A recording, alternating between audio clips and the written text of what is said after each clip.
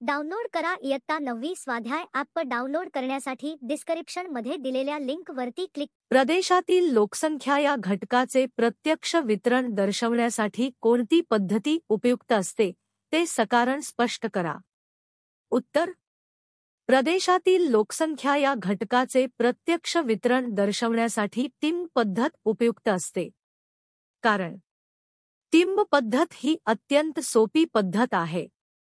या पद्धतीद्वारे भौगोलिक घटकांचे वितरण स्पष्टपणे दाखविता येते. तसेच भौगोलिक वितरणही सहज समजते.